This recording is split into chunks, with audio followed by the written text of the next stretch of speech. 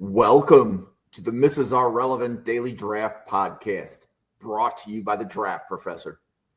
The Draft Professor is a group of podcasters bringing you daily draft podcasts and is home to the only dynamic mock draft simulator which allows fans to mock draft against other fans.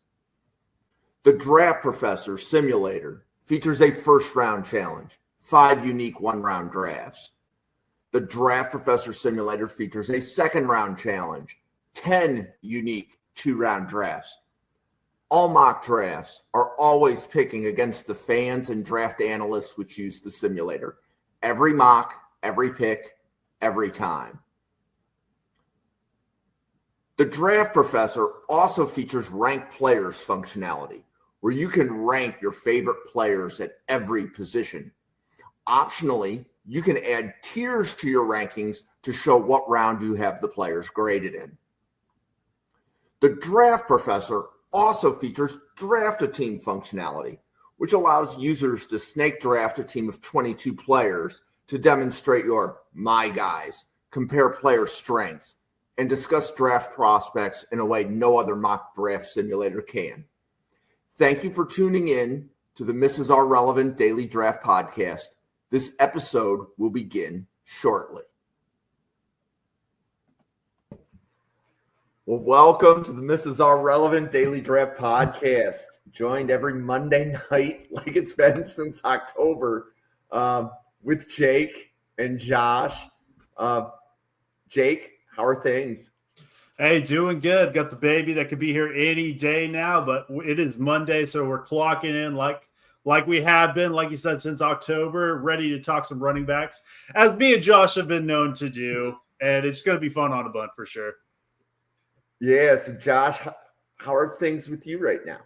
Everything's good. Just wrapping up the tail end of the 6th and 7th round prospects. But congratulations to Jake on the baby. We got another Monday podcast for you guys. We're talking about top 5 running backs for both of us, where we could see the highest point of where they can land in the draft, the lowest point, kind of give you guys a range, because these running backs are really good this year. And because of the depth of this class, a lot of these good running backs might get pushed down the board. So some of our 3 through 5s, whoever you have in your top 5, those back end guys might fall a little bit farther just because of how many running backs are really valuable this year.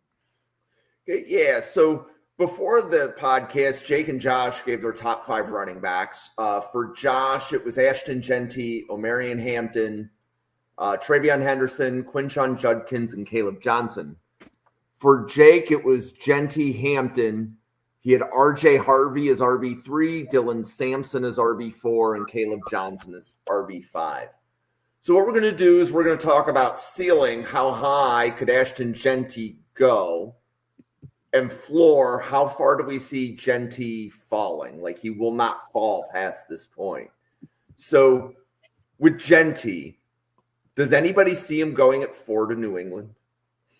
I see a world where that happens if specific players get taken off the board. Let's say there's a world where Cam Ward, Abdul Carter, and Travis Hunter are off the board. The Patriots are in a really interesting spot to go best player available. They could force a left tackle issue if they want to pick a guy like Josh Simmons with the medical history, or go after a guy like Will Campbell, for example. That could be a little bit of a reach at the 4 pick, in my opinion. Amar Membu's in that conversation as well. That could be warranted. They could also go best defensive player available, Mason Graham, etc. But if they really want to get the best player on the board, Ashton Jeanty will be the best player on the board if all 3 of those guys go.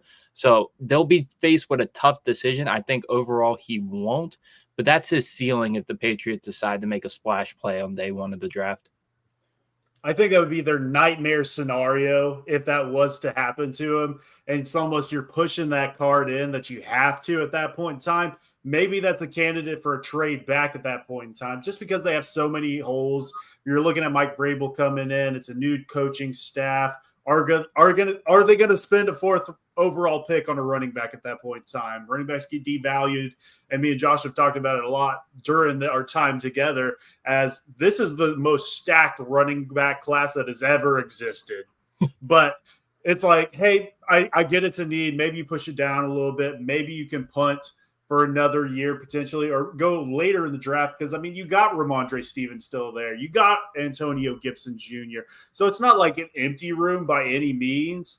And maybe that's my Oklahoma bias come out again. Maybe Ramondre Stevenson, I'm higher on him than the others. But I think it is a potential that he goes there at 4.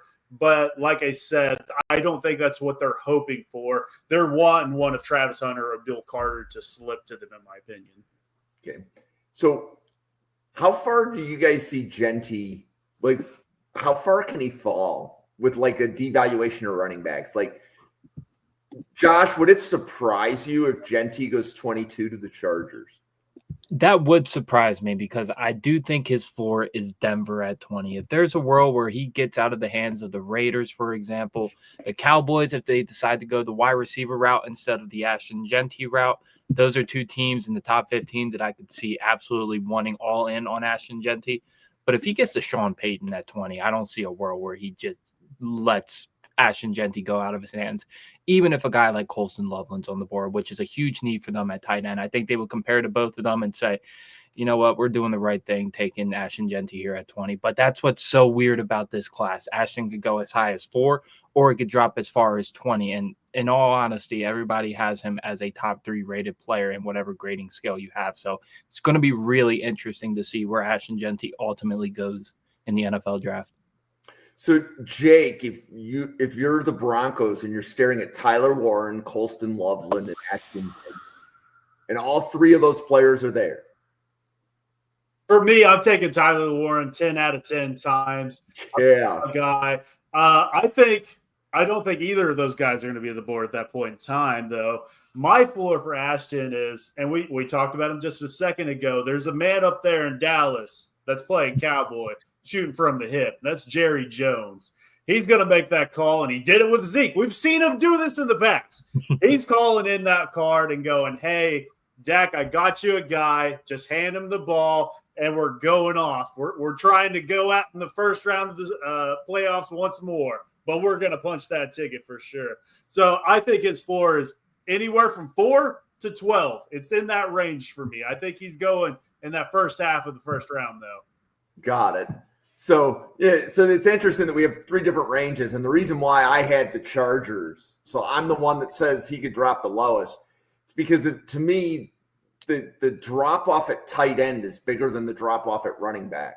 So if 100%. Denver has to choose between a running back and a tight end, I would advise them to choose a tight end just because you're going to be able to get a running back later, but you may not be able to get a tight end later. Mm-hmm. So that was the Jim Wickens theory of how far Ashton Genty could fall. But if you're taking betting advice, just be careful which person on the panel you're taking the advice from.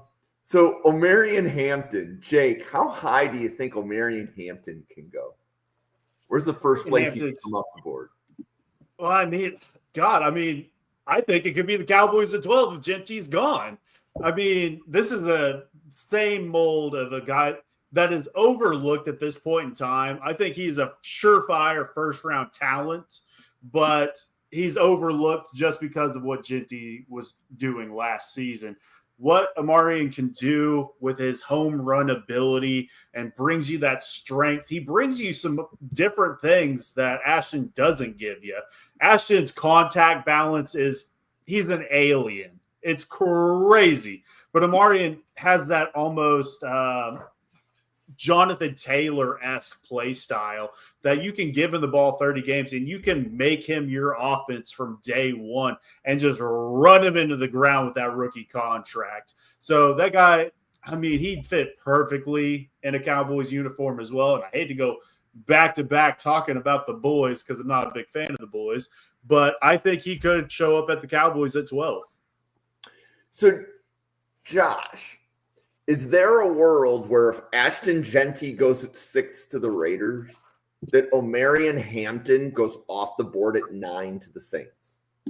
I don't think so with the Saints, just because of how their team's structured. I understand Kamara's kind of on the table where he's going to be in his future. Jamal Williams is obviously not on the team anymore. So that running back depth is obviously a huge need for them. But I think the Saints are in just such a bad spot overall when we're talking about star talent on both sides of the ball and depth. I'm talking specifically on the defensive side of the ball. I think there's just too many holes on that team for them to take a guy like Omarion Hampton at that spot.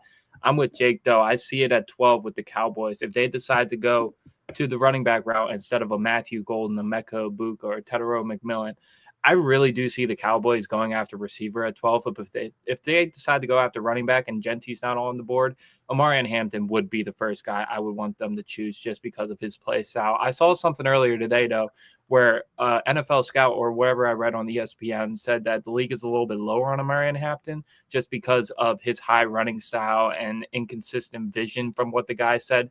Yes, he runs with a high pad level, but I do not see the lack of vision at all. I think this is amazing yard after contact back. He runs with a fierce violence to him. He's really good in pass protection. He's able to make people miss on the second level. It's very Jonathan Taylor-esque, like Jake just said as well. But I see 12 being his ceiling, in my opinion. I don't see the Raiders going after Omarion Hampton at 6, even if Ashton Genty's on the board, even though Omarion Hampton, for me, is a top 15 player in this class. Do you see Omarion Hampton, if Genty goes at 6, do you see Omarion Hampton as an option for the Bears at 10?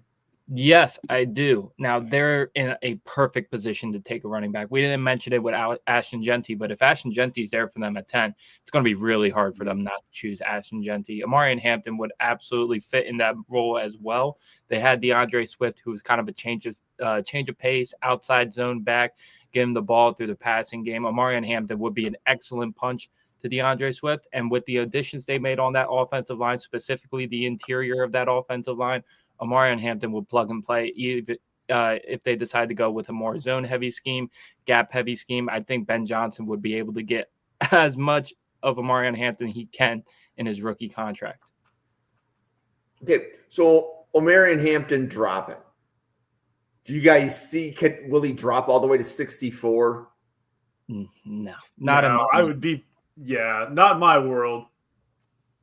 So he's going to go in round 2 then. So if he goes between round 1 and round 2, how far down in round 2 do you think Hampton could drop?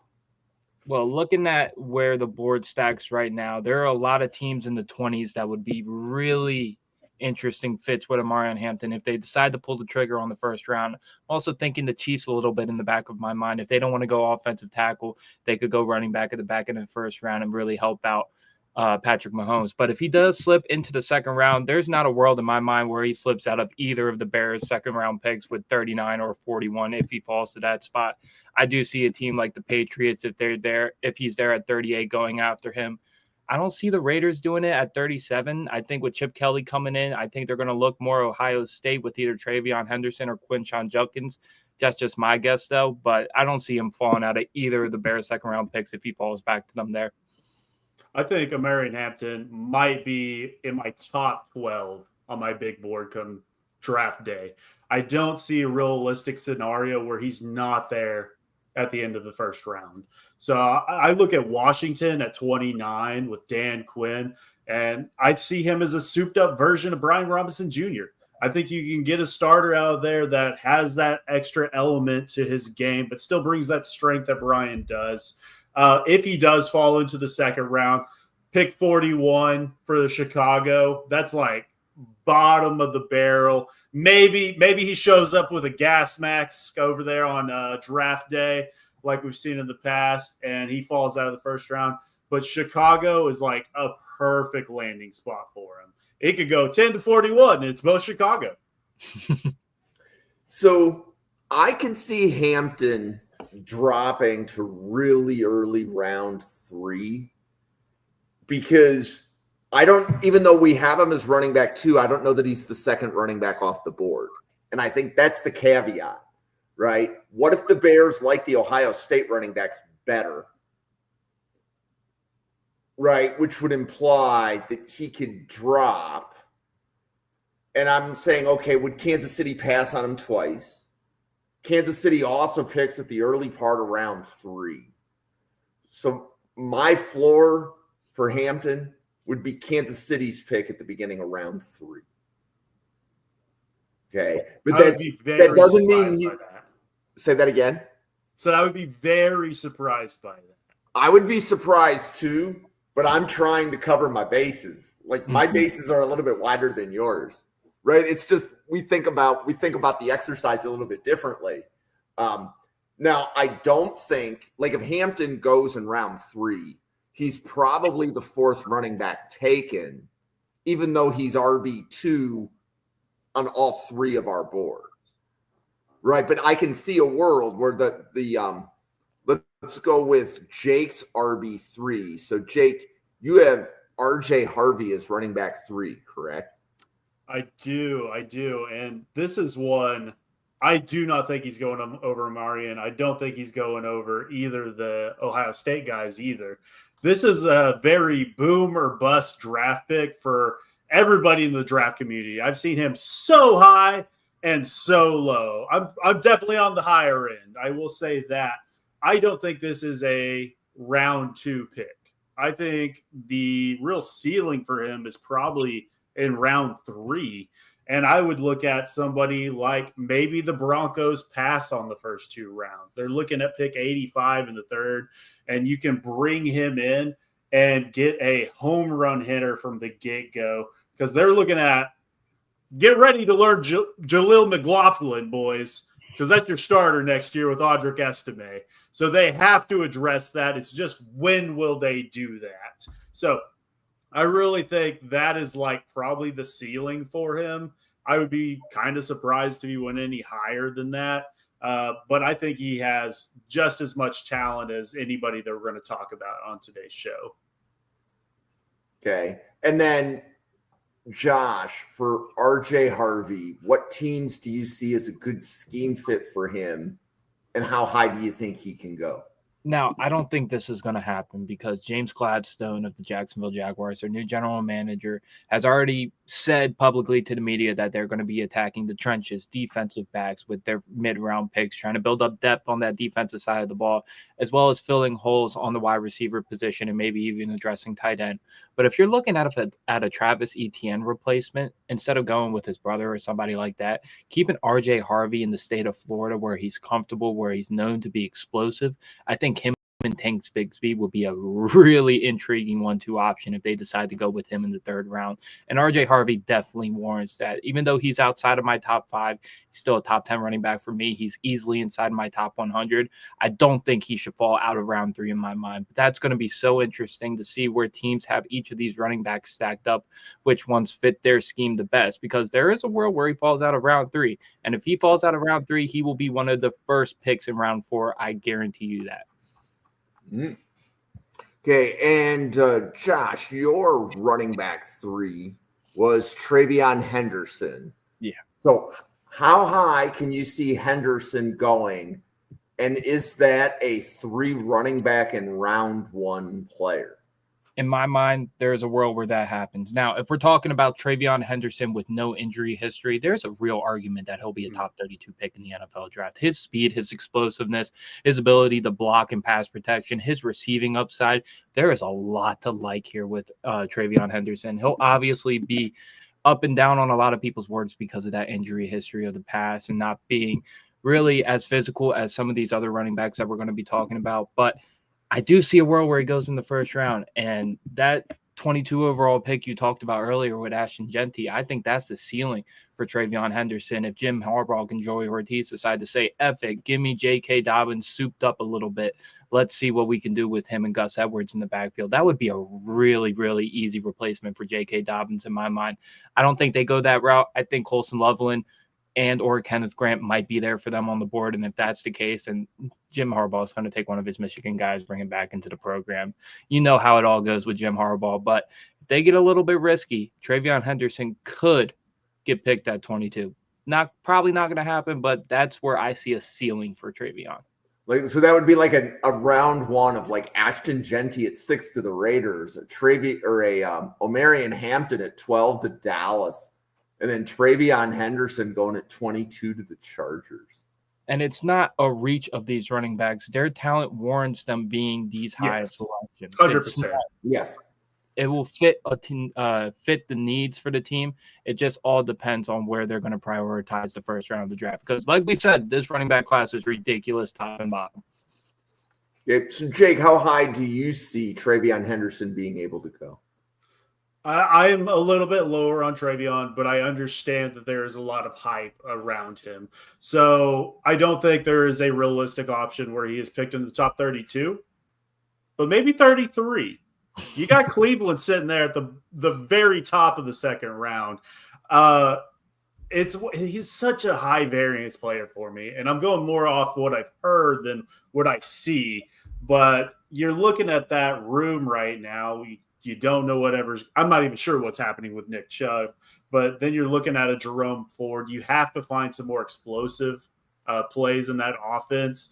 And what TreVeyon does super well is that pass blocking. This is a guy that you could start on his rookie year and get a productive back from you. And you're just hoping to see what he's showing you in spurts, because he's not boom or bust because he is pretty consistent. It's just what he's able to do on some plays, like he did in the playoffs, was absolutely amazing.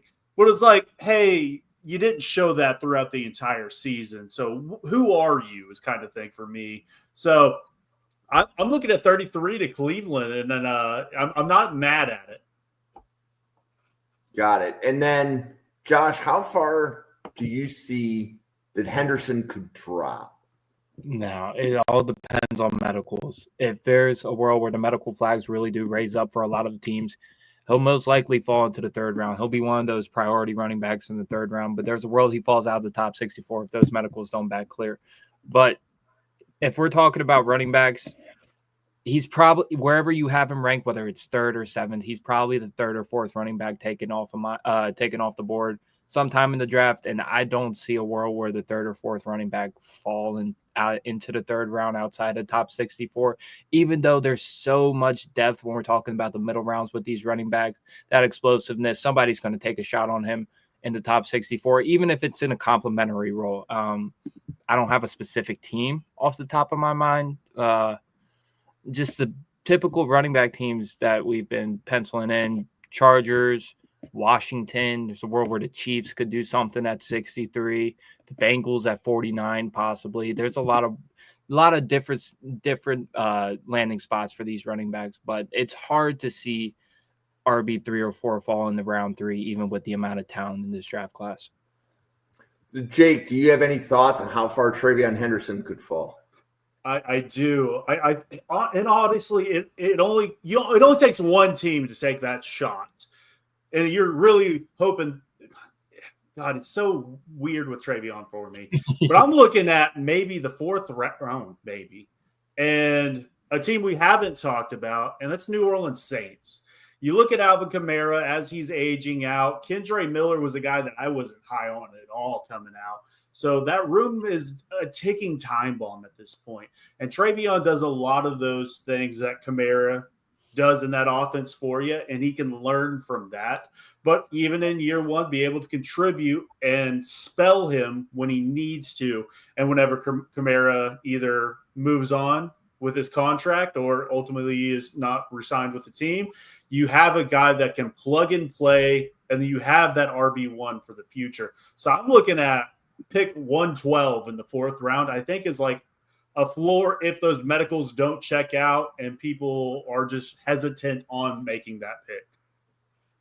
Yeah, so I like the call out for the Chargers with the ceiling that you did there, Josh. So here's something that's going on in the back of my mind. The Raiders cleared some cap space. Mm-hmm. They didn't need to, but they did. Like they already had like 10 or 15 million in cap space. They restructured Wilkins. They have a lot of cap space. I'm like, okay, so they're acquiring a high dollar player.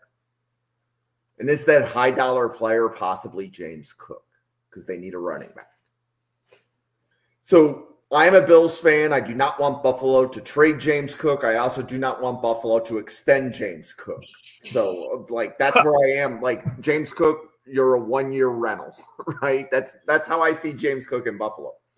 But if Buffalo moved on from Cook, Henderson is the guy based upon who they've met with and who they've scouted. So I can see a world where Henderson's at 30. I can see a world where it's a trade back and get Henderson before Chicago takes him. Mm-hmm. Like, I can see that, right? You trade your RB1 on draft day. And a couple things about James Cook, it's interesting that he only gets 45% of the snaps in Buffalo. Right. He doesn't even play half the downs. Mm-hmm. So Buffalo's not going to pay that player like market-setting running back money. But that's what Cook wants, right? So ultimately what Buffalo would need is a player that can do a little bit more than Cook, like pass block. Mm-hmm. So to me, that's Henderson. So I definitely see the ceiling at 22 to the Chargers. I would give a shout out. Buffalo has 3 picks in the top 62. I see him landing there, and I don't see him falling past Kansas City at the top of round 3. I'll just touch on the Buffalo thing real quick. The only reason I'll push back on TreVeyon Henderson being a plug for them in the top 62 picks with their first 3 picks is because I like what they already have with Ray Davis and Ty Johnson. And if you're looking for TreVeyon Henderson to be that third down pass blocking type of running back, because you already have a third down back in Ty Johnson, you can wait until the 5th or 6th round, get a guy like Khalil Mullings or somebody that specializes in pass protection at the running back position. So I would push back a little bit on that, but I see what you're going there with the James Cook replacement, because there is a world where they trade him, and I don't think there's a world where he gets 15 mil from any team, because Buffalo is one of those teams where it's either 2 or 3 backs constantly in rotation all the time. It's not one of these teams where it's 70% of the load on James Cook and the rest of the guys are rotating in every third snap or so. So I don't think that's the way they're oriented, but it would be really fun to get somebody that explosive next to Josh Allen. That would not be fun for the rest of the AFC. I got a question for you, Jim. And it's would you prefer, if that was to happen, they move on from James Cook, would you prefer Henderson in the bottom of the first and pass up some of that premier talent, or would you be more interested in getting like a Kyle Monangai in the bottom of the 4th? Yeah, a very similar player and literally back to back in my rankings, but has a just as much such. He's not going to go in the first round. Monangai is not going in the first 3 rounds. Right. We can be honest with ourselves, but they're very similar in the same right. And what Kyle brings you is that same pass pro. So it's like, hey, are you going to pass up on a Derek Harmon in the bottom of the first, or and then get the Kyle Monangai, or are you going to grab a TreVeyon Henderson in the first and grab? I can't even think of a 4th round interior defensive lineman at this point in time. Which would you prefer? So you are accurate. I think it's a world of you have to know what your defensive tackle threshold is in round 1, right? Mm-hmm. So drafting Henderson to me for Buffalo implies that Golden is off the board. It implies that Kenneth Grant, Derek Harmon, Walter Nolan, Alfred Collins, even in that conversation, off the board. And then it becomes Alfred Collins, Tyleik Williams, or TreVeyon Henderson. And then you have to make a decision as to like, okay, what are you going to do? But if you traded away a starter, those defensive tackles aren't starting for Buffalo. Buffalo's starting defensive line is intact from last year. Mm-hmm. Now, we have some expiring contracts. We have to replace expiring contracts for 2026.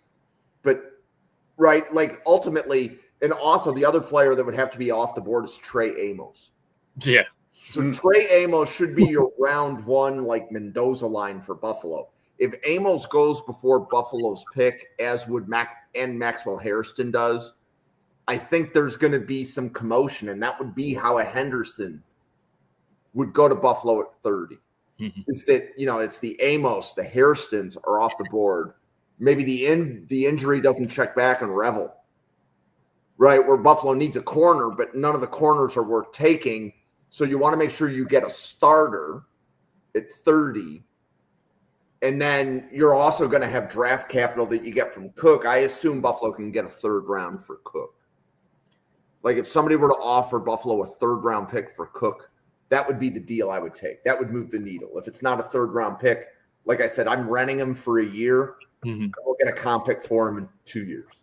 It's just going to be so hard to get that draft capital in a trade with James Cook, just because whoever trades for him, they're going to have to give him the money or somewhat close to the $15 million threshold. So if they do decide to trade him, it'll most likely be for a 5th-round pick, even though that's low compensation value. It would get the money off the books in the future for Buffalo, be a quick fix, and that gives whatever team that's trading for James Cook a little bit of flexibility to give him more of the money on the salary cap. But it's going to be real interesting with James Cook what happens. Kind of like a Najee Harris situation, just James Cook's been a little bit more productive than Najee. Yeah, so Jay, go ahead. Go ahead. I was just going to say, I couldn't see a realistic scenario where he would warrant a 3rd at this point in time, just because would you prefer to pay James Cook or get that 1-year rental and let him walk after this season? Or would you draft one of these 5 guys that we're talking about tonight? And I'm drafting one of those 5 guys. Right. And I realize the trade of James Cook is a hard sell. And I'm on record. I would prefer James Cook is on Buffalo. But we also see if there's a locker room cancer, Brandon Beane will get rid of the player immediately. Mr. Stephon Diggs. Right?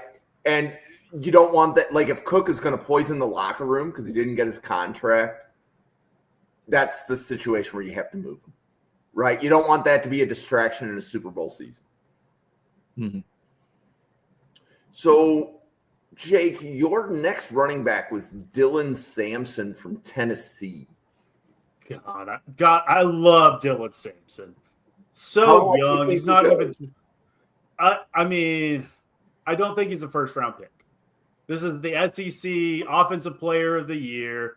Really just that Vols offense funneled through him. He's got the handling issues that can be cleared up. But we're talking just straight line speed. I think I would take him against any of these guys that we're talking about tonight. He is an explosive athlete, and that's what I want at the running back position. A guy that you can just give the ball to, he gets to the 2nd level and deletes angles and then gets to the end zone. He also has great contact balance as well. So I'm looking at we've talked about the Bears a little bit. I'm looking at the Bears at 41. That's a good landing spot for him. I think you pair him with a Caleb Williams. And this is a DeAndre Swift on speed. So I'd be very happy with that. And I think he could elevate that offense and take that to the next level.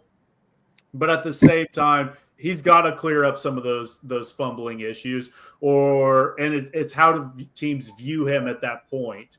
Is this I think as fans, we look at those and think, okay, he can clean that up. Sometimes you can't. And NFL teams view that and they will push you down the board more than what we do as consensus fans. So I see 41 kind of as a ceiling for him. Josh, how about you? How high do you think Sampson can go?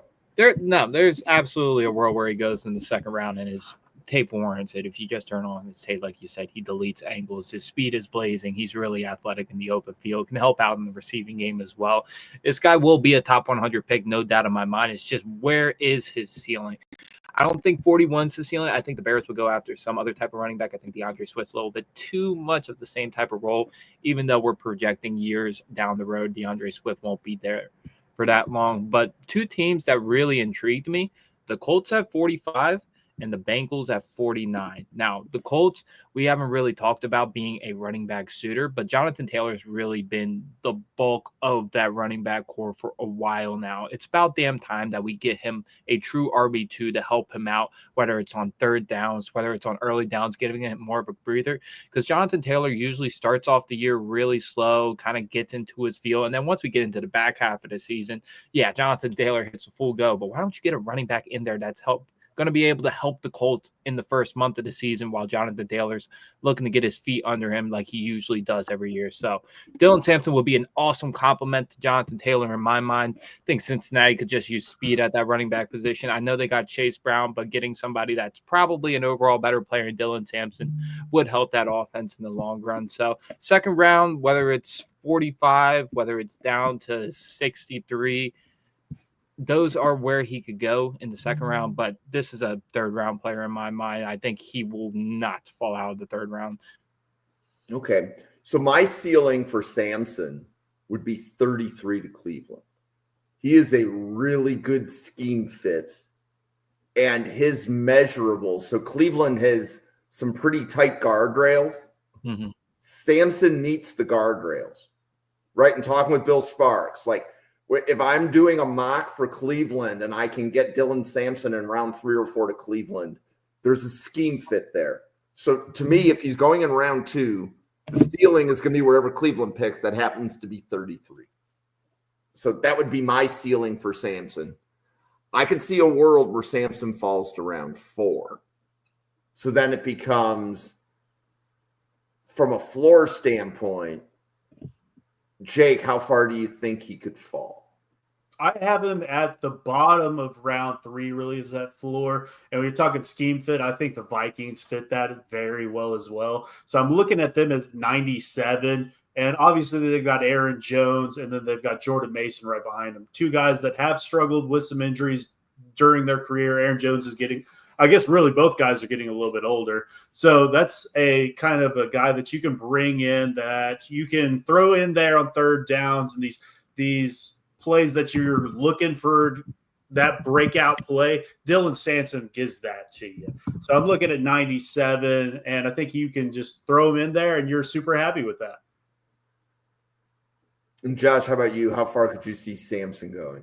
I mean, with the depth of this running back class, and we're not even talking about guys we have 6 through 10, there's a world where he falls into the 4th round, and that's not because of his tape or what the player profile is on Dylan Sampson. And any other year, put Dylan Sampson in last year's running back class, he is no way in hell falling to the 4th round. But with teams needing different needs on the defensive side of the ball, with the depth at different positions in this draft class, yeah, he could fall to the 4th round. But whoever does get him in the 4th round as a value is going to be really damn happy when day 3 kicks off in the NFL draft. Okay. So the next running back, Josh, is your RB4, which is Quinshon Judkins. Mm-hmm. And I know that all 5, Josh, you said all 5 of your running backs are in your top 64. Yeah. And right. I don't have my board exactly pulled up, but all of them are in my top 60. So this is how highly I think of these top 5 running backs. And there's still 5 or 6 other guys that fit inside my top 100 as well. So really talented running back class, like we've always alluded to. But Judkins is the first guy in my top 5 where I don't see a world he goes in the 1st round. If we're talking about Ole Miss tape Quinshon Judkins last year and never transferred to Ohio State, depending on who's in this running back class, maybe, but he's such a downhill north and south type of running back, not really going to fit the zone schemes as much. It's really a preference type of running back. I don't see that being taken in the 1st round, but I definitely do see a world where he goes in the 2nd round. I keep going back to the Ole Miss tape for me. He's such a hard-nosed runner. He's not going to be the flashy, make people miss an open field, but he's one of those old school running backs. You can give him 15, 20 carries a game. He's going to average good yards per carry. He's going to be good after contact. He's going to be a chain mover, a red zone reliable running back. Just a lot of things to like in Quinshon Judkins. And there's a world where honestly, Andy Reid looks at him in 63 if they already addressed the tackle need and they're looking for kind of an Isaiah Pacheco on steroids. Quinshon Judkins is Isaiah Pacheco on steroids in my mind. Better vision, has done better in pass protection, not as lapsy as Pacheco. That's where I see the best fit for Judkins, but there's been a lot of mocks where he goes in the third round. But like Sampson, there's a world where he falls in the 4th round. Like Harvey, there's a world where he falls in the 4th round.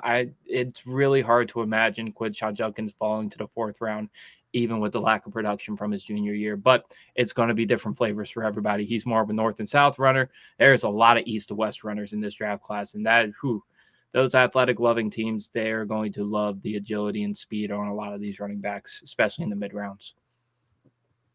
So Jake, how about you? Where do you see the ceiling for Judkins? I do agree with Josh, and it's in the 2nd round. This is the Harbaugh special, in my opinion. I'm looking at pick 55, and he's salivating, waiting to get Judkins in the building. Just because, and it's crazy to think, and Josh talked about the Ole Miss tape. it's crazy to think him transferring to Ohio State probably hurt his draft stock Yeah. because I had him over Marion Hampton and Ashton Jeanty coming into the season, and it just didn't pan out. So if he would have stayed at Ole Miss, we might have been talking about a first-round pick today. But it's not where we are today, and what tape he put out is what we're grading off of. But like Josh said, this is a north and south runner. He's going to get you 3 yards when you ask him to get him 3 yards. And he might get you 4 when you ask him to get 4. And when you ask him to get 5, he's probably going to get 3 or 4 again. So that's who he is as a player. And there's nothing wrong with that. Many players make a career off that. And I think it does get overlooked of what he brings to the pass game. I think he's got some soft hands for his build. It's not a guy that you're going to be lining up in the slot or anything like that. But I think he can be utilized in the screen game. And a lot of these, you get him in open space, he can do some good things for you. So, yeah, I'm going to say the Chargers at pick 55 as an absolute ceiling for him. Okay, and where do you see his floor, Jake? Like, how far do you think he could drop? Yeah, I could definitely see him be into the 4th round as well.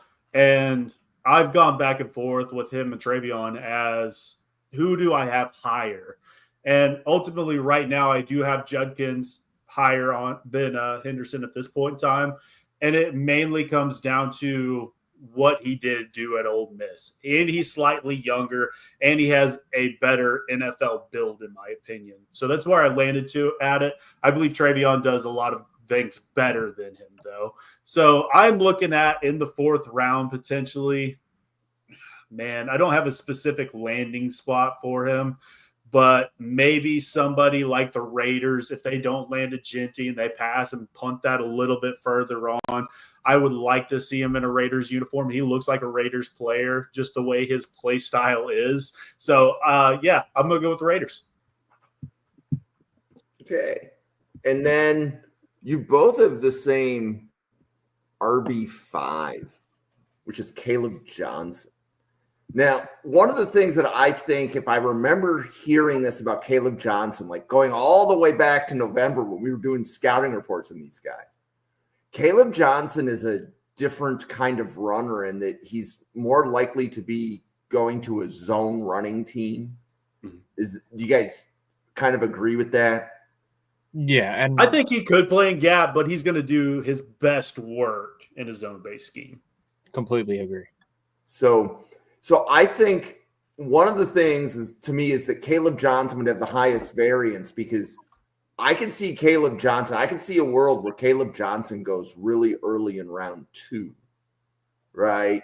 If I'm looking for maybe a team that is zone heavy that needs a running back, that he could actually be picked ahead of Judkins, Henderson, Harvey, Sampson. He could be picked ahead of 4 guys that we've already talked about on the podcast because he's a better scheme fit for what the team needs to do.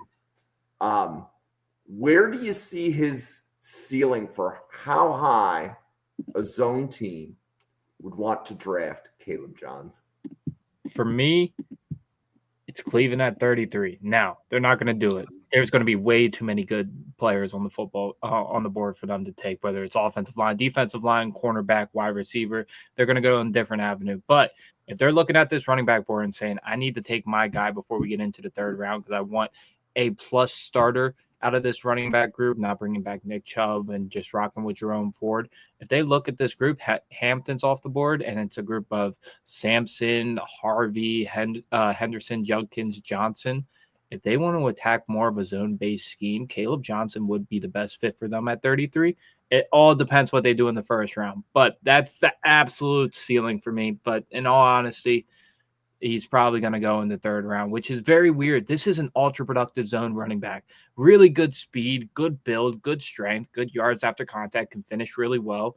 Yeah, he's not going to be the best runner in a gap scheme. Yeah, he doesn't have the most efficient routes as a route runner, but his athletic mold shows that he can catch balls out of the backfield and be explosive after the catch. This is a damn good running back. We're talking getting at the bottom of the 3rd round at worst. So we're going to keep reiterating it to you guys. This running back class, anything could happen, really. So, Jake, how about you? How high do you think Caleb Johnson could go? I'm looking at this list because I know it's got to be in the second round. That's got to be a ceiling. But nobody just jumps out at me. So what's jumping out at me is Dallas in round 2. Mm-hmm. Of course. If they don't do running back in round 1. I agree with Josh that the board is too rich for Cleveland to take Johnson at 33. I agree with that. So then I started looking and I said, okay, maybe the Bears in round 2, but I think the Bears are going to prefer a different style of running back. So even though the Bears need a running back, I don't know that Johnson is the right fit there. Which then took me to San Francisco, but San Francisco is not going to spend second-round draft capital on a running back. So I said it's Dallas if they don't go running back in round 1. I think that's as high as Caleb Johnson could possibly go. I've got one that kind of jumps out to me, and that's Carolina, sitting there at 57. And I think there's potential where he could go over that. But when I look at Chuba Hubbard, I mean, this is a good complement with Caleb Johnson in that scheme and gives them a little extra power as well. And you pair that up with that offense that was elevated last season. I think you can continue to build upon that and take some additional workload off of Bryce Young and let him just, hey, we're going to give it to you, get your yardage, and then we're in that second and short, third and short situation. And that's when Bryce is at his best as well. So I think 57 could be a good target for him. And Josh, any additional thoughts on that? Or do we want to start talking about how far he could drop? We'll go to how far he can drop because we've done mock drafts before. Obviously, we do them every other week. We've done them more ever since we've got done college football season. There's been multiple times where Caleb Johnson's fallen into the third round. And when he's there for me with the Vikings at pick 96, what pick? 97 for the Vikings, that's where I immediately go, yes, home run pick, best fit for Caleb Johnson. Pair him up with Kevin O'Connell. Pair him up as a RB2, if you want to call him that, to Aaron Jones. That'd be a great compliment for him. That'd be the perfect scheme for him as well, working those outside zones, inside zones, trying to get him on the perimeter. He's a better built and kind of a more explosive Aaron Jones, if you think about it. He doesn't have the vision, especially when we're talking about in between the gaps, working in the middle of the field, but learning under a veteran running back and fitting that offense to a T, I would jump up and down if I was a Vikings fan if I got Caleb Johnson at pick 97. Jake, I think it could go. I think he could go a little bit higher than that. And I get it's not a zone-based scheme, but I'm looking at Pittsburgh over there, just a little bit higher at pick 83. And this is a Tomlin running back. He's got the size of a Le'Veon Bell. I think he's absolutely in love with him. He's swooning over Caleb Johnson. And right now, I mean, that room is definitely hurting with Najee not there. And this is a similar back that can just come in and take that role over. So with Jaylen Warren being that compliment, that's a match made in heaven for me. And if you're a Pittsburgh fan, I think you'd be very happy with that pick. Yeah, could you imagine Pittsburgh if they took Jalen Milroe in round 1, then they took Caleb Johnson in round 3, and they haven't addressed corner yet? That'd be They'll still win 9 games. It doesn't matter who's playing on that team. Yeah. Completely unrelated. If Jalen Milroe does go in the first round, and if there's a world where he does go in those top 32 picks, I would pray he would go to Mike Tomlin because we thought about it when Malik Willis came out of the draft. Everyone was like, yep, this is a Steelers quarterback. He's getting drafted to the Steelers in the back in the first round. Nope, they waited a year. They took Kenny Pickett. Jalen Milroe would have the best development under Mike Tomlin in that offense, even if he has to sit.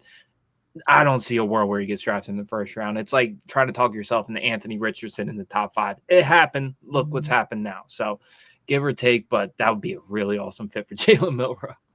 So with that 40 time. I was on a Steelers podcast. What was it? Sunday. Yeah. And the days are all fuzzy. Today's Monday, isn't it? I was on a Steelers podcast yesterday, guys. But they were asking, like, what do I hear what Pittsburgh's doing? And Pittsburgh has never drafted a player in round 1 that the coach and owner didn't personally meet with. Mm-hmm. and they personally met with Milroe. God, that would be crazy. But going back to the Steelers, I saw Mike Tomlin on the field at the Senior Bowl. He was chopping it up with all the running backs multiple days while he was there. Saw him talking to Donovan Edwards a lot, especially in the early parts of practice. I think the Steelers are definitely going to go after a running back at some point in this draft. I think they might go after two. I think Tomlin really likes what he sees out of this running back class. Jaylen Warren not being on an extension, he could be a good 1 year bridge gap. But I think Tomlin's really intrigued with this running back class and will probably take two of them. Yeah. Going back to Milroe, it's something that of note. They don't have a second round pick. No. So if they're going to address the quarterback position, you're either getting him in the first round or you're not getting Milroe, I'm afraid. Right. And then the other guy that they're looking at is Dart. Mm-hmm. And because they don't have the second round pick, like, are they going to like try to trade back with like Buffalo or Philadelphia and pick the quarterback at 31 or 32? Right. Those types of things. I can see a world where they do that. But if you have to trade back to get your quarterback, you're not really getting a quarterback. And that's why if you have conviction, you take your guy. Yeah. Yeah. Don't trade back and pick your quarterback because of what that's doing to his confidence. You don't believe in him, or you would have picked him where you traded back from. So if they do that, I'm even more out on it. I'm not going to be in on it if they draft him in the first round to begin with, but that would make it even worse for me. And that's why you're seeing the Steelers go after Aaron Rodgers so heavily. You wouldn't think 2 years ago that, oh, yeah, Tomlin would be the type of guy to sit back and wait for Aaron Rodgers to make a decision. But since they don't have a second-round pick, they're in the back end of the first round. Justin Fields already left for New York. They're in a really tough predicament if they don't get a Rodgers in that building, that they're going to have to be forced to take a quarterback in the back end of round one, even though the value obviously says don't do it. But that's why Steelers fans are like, Aaron Rodgers, we're waiting for this whole saga. That's not really Pittsburgh Steelers of us. They really don't have a choice in this matter when it comes to the quarterback position. So I saw a really funny graphic. If you look at the Pittsburgh Steelers quarterback room in 2023, then you look at it in 2024, it's completely different quarterbacks. And then you look at it in 2025, it's completely different quarterbacks. So basically, Mason Rudolph is back. Yeah, he is back in the building, boys. Right. We've got our starter, which I saw them put out that post earlier today that they are comfortable starting him. And as a Titans fan, I saw him start last season more games than I was willing to. And that's good. I don't care if Mike Tomlin is the coach. It's not going to be pretty, boys. They have to address the position. And it's either Aaron Rodgers or one of these rookie guys. And it's unfortunate for him. I pray for Steelers fans. Yes, very much so. Yep. So before we hit our big finish here, Jake, you want to take a moment, introduce yourself to our fine audience, and let them know how they can find your other content. Jake Robertson, follow me at Glory Days Sports on Twitter/X. That's where you find most of my content. And then go follow me on YouTube at Glory Days Sports and follow The Morning Glory Show live every Thursday morning, 7 a.m. Central Standard Time with me and my co-host B. Will and Jonathan Miller as we get to talk about Cam Ward for the third week in a row, I'm sure. But it's going to be fun on the bun, so come check us out. Josh. You guys can go follow me on Twitter at juice_T23. We're at that time of the year where the NFL draft is approaching. So once the draft starts, you're going to get my full Google sheet of about 350 prospect graded all the way from the first round to UDFA priority guys. You're also going to get updated tweets daily on underrated prospects that I really do think deserve more attention than they're getting in this draft space. There's a lot of round 2, round 3, round 4 guys that are getting a lot of hype, but there's a lot of really quality and productive players that just aren't getting talked about enough in the draft community. And that's where I come in. Those Taj Brookses of the world, Braden Swinsons, Andrew Armstrongs, those guys were clamoring for over here on my side of the world. So juice_T23, we're here every Monday on the Draft Fanatic podcast. Make sure to give all the professors a follow. Make sure to show Jake some extra love during this time of year. This is probably a whirlwind of the next month he's going to have to go through. So keep joining us every Monday. It's been a fun, hell of a ride. And yeah, we're here for the long haul. So you can follow the channel at NFL Draft Fanatic. No, I am Fanatic. You can follow it on X, where you'll get notified, if you turn notifications on, we go live with a podcast every day of the week. YouTube has a lot of great content. So if your team drafts one of those late round guys that Josh just mentioned, there's a good chance that the YouTube channel has some scouting reports on them, especially if it's a late round linebacker. Check the linebacker channel out, and you might see some content that Jake and Josh put out in October. And we were chatting up a little bit before we went live. Like, we're sitting here, this is being recorded on the last day of March, and like, we've been doing this for more than 5 months. For me, I'm having, it's a lot of fun. We have daily podcasts on the channel. I get to listen to Jake and Josh, and without a doubt, Jake makes me laugh every podcast. So, I just appreciate the sense of humor, and we've come a long way. We have definitely come a long way. We've been at this for a fat minute. And I wanted to ask Josh, he's talking about all these prospects and is going to be on his big board. I just want to know how many running backs that you have on your big board at this point in time, because we've been talking about him since October, and I'm sure it's grown from where we were when we last stopped talking about him before we hopped into today's podcast. So right now, draftable guys, I have 32 draftable guys, and I haven't even gone through grades of Mario Anderson, of Montrell Johnson, Corey Kiner, guys in the 6th or 7th round that could sneak in. But there's about 32 to 35 running backs that realistically could get drafted this year, and there's 20 to 24 running backs in my mind that could make immediate impacts day one. So when we're talking about running backs in this, like, we wholeheartedly mean it. This is a ridiculous running back class. So any dynasty league owners, please stack up on your 4th and 5th round picks, because I promise you they're going to turn into gold.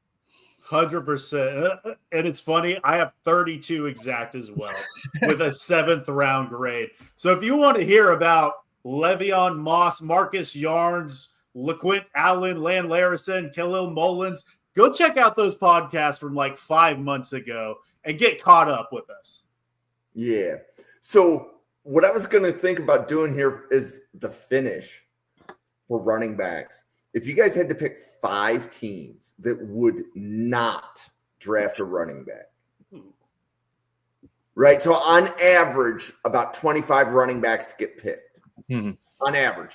I think we're going to exceed the average, but that doesn't mean every team is going to draft one. So if you had to pick 5 teams that didn't draft one, I'm looking right now, and I can think of, like, my immediate thoughts would be Buffalo, Baltimore, Detroit.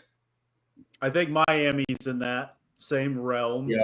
I would throw Atlanta into that. I like that. Yes. And maybe even Arizona. They got James Conner. They got Trey Benson. They just grabbed him last year. So I think that's a good one.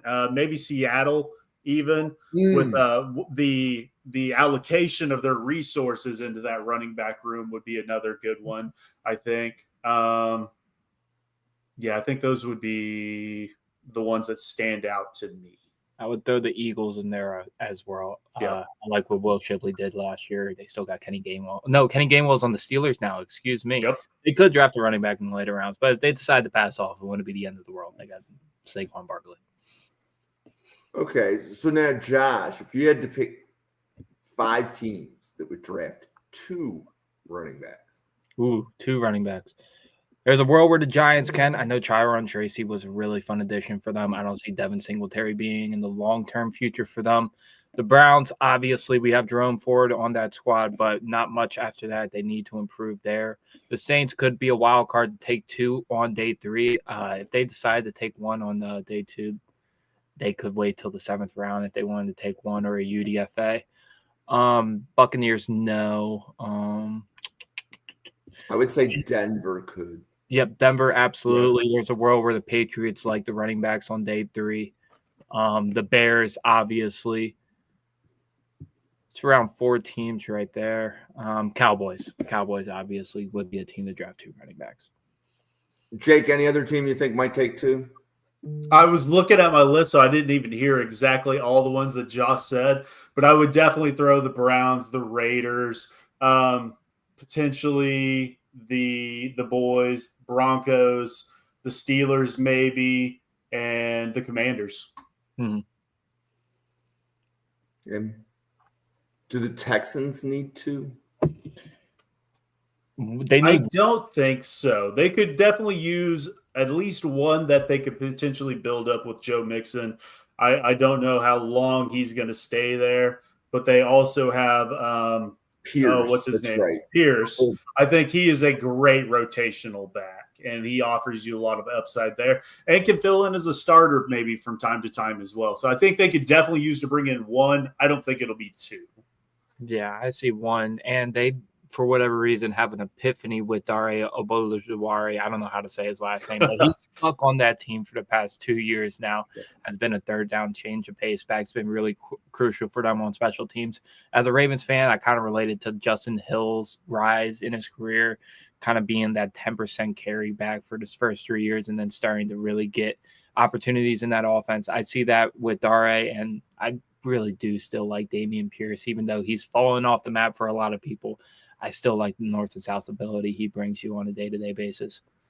Fun fact, I get to talk to Justice probably once every 3 months or so. He's a patient of ours. I can say that, not HIPAA violation or anything like that. We market towards him, but him and Dax are patients, and they have been for a very long time. They're local here, graduated from Booker T. Washington here in Tulsa, Oklahoma. So they are great people, and I wish nothing but the best for Justice. He struggled with some injuries in his past, but is a great back as well. Yeah. Cool.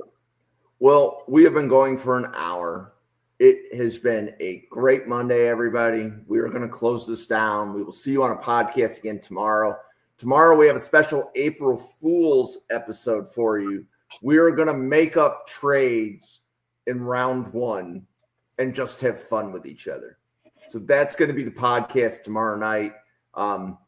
That'll be with Parker and Drew, and then you might see a few others pop in like Jake or Bill Sparks or a few others. But tomorrow night's going to be an April Fool's episode. So look forward to seeing you there. Don't believe anything you hear tomorrow, including whatever you hear on this podcast. So thank you, everybody, and we'll see you on a podcast again tomorrow.